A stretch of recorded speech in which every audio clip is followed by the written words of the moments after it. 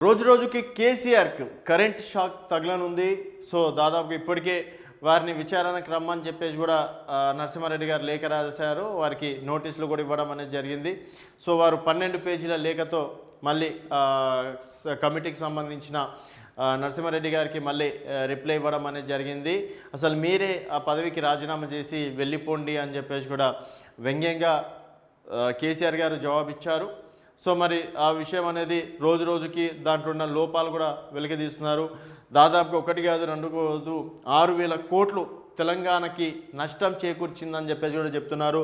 So Chhattisgarh power పర్చేస్తో నష్టమే, అంచనా విలువ దాదాపుగా 6,000 కోట్ల పైనే. ఇప్పటికీ పెండింగ్ డ్యూస్ 1000 కోట్లు, 18,000 మిలియన్ యూనిట్లు సరఫరా, పేమెంట్ చేసింది 7,500 కోట్లు.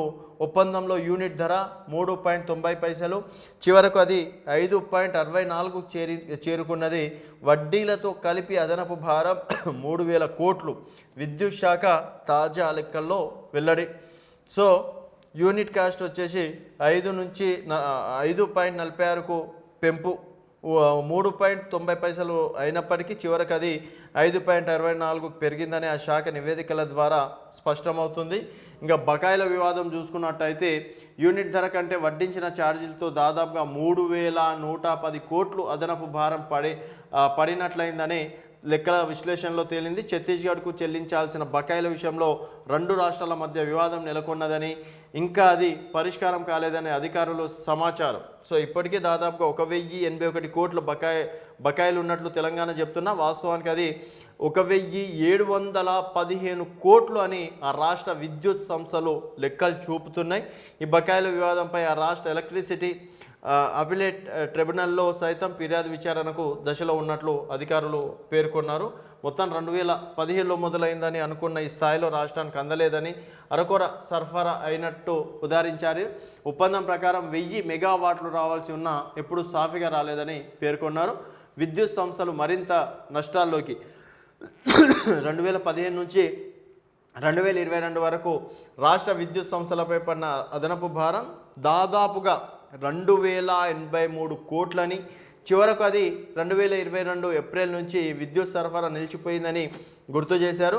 ఛత్తీస్గఢ్ నుంచి కరెంట్ను తెప్పించుకునేందుకు ట్రాన్స్మిషన్ అవసరాలకు పవర్ గ్రిడ్ కార్పొరేషన్ PGCILతో 1000 మెగావాట్లు విద్యుత్ సరఫరాకు క్యారిడర్ బుక్ చేసుకోవాల్సి వచ్చిందని, ఇది కూడా రాష్ట్ర విద్యుత్ సంస్థలను మరింత నష్టాల్లోకి తీసుకెళ్లిందని వివరించారు.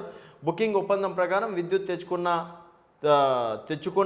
తెచ్చుకోకపోయినా ఆ క్యారిడర్ పేరుతో గ్రిడ్ కార్పొరేషన్కు సరఫరా ఛార్జీలు కట్టాల్సిందేనని, ఈ లెక్కన వాడుకున్న అదనంగా 638 కోట్ల ఛార్జీల రూపంలో తెలంగాణకు కట్టిందని పేర్కొన్నారు. సో రాష్ట్ర డిస్కాంలకు నోటీసులు జారీ చేయడం అనేది కూడా జరిగింది.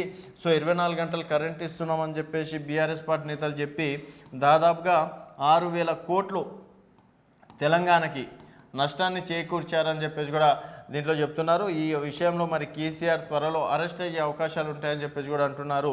మరి బడ్జెట్ ఈ బకాయిలని కాంగ్రెస్ గవర్నమెంట్ ఎలా ఫీల్ చేస్తుంది అనేది చూడాల్సిన విషయం. సో మొత్తానికి ఛత్తీస్గఢ్ విద్యుత్ కుంభకోణానికి అయితే 6,000 కోట్ల కుంభకోణం జరిగినట్టు కూడా అధికారులు తేల్చి చెప్పారు. మరి దీనిపైన కేసీఆర్ గారు ఏమంటారు అనేది వేచి చూడాల్సింది.